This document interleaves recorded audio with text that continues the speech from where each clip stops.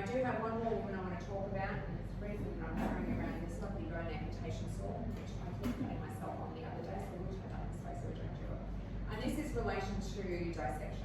I'm going to tell you a quick story about one other woman who is Mary MacLauchlan. Mary MacLauchlan was executed in Tasmania. She was the first woman executed there in 1830. She was about 28 years old when she went to her death. She was executed for the murder of her infant son. She'd been a convict. She was working at a station where she fell pregnant about the same time as her master gave birth to her seventh child. It doesn't take two or two to put that together.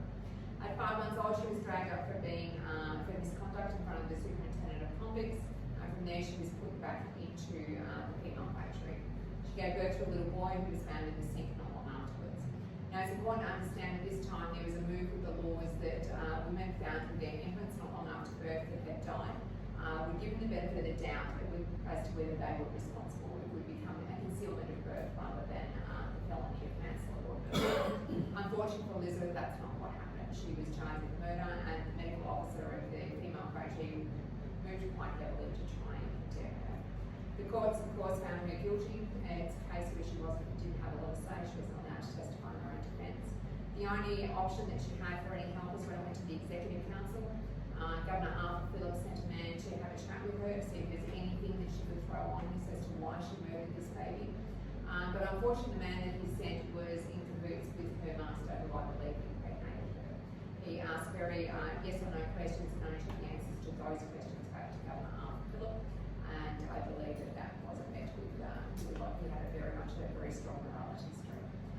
Elizabeth would become the first one executed, but the reason it's important is that there was a lot made as she went to her death that she was wearing the correct underwear to protect her modesty as she died.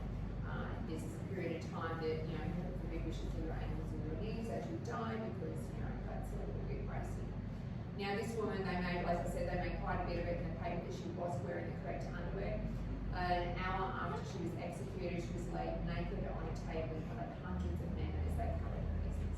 It was the first time they'd had a woman to anatomise, to gain medical knowledge, but you can only imagine what she went through probably just before she was dead. But there was even remarks when they removed the wood from her face about that she had a beautiful countenance and looked quite attractive.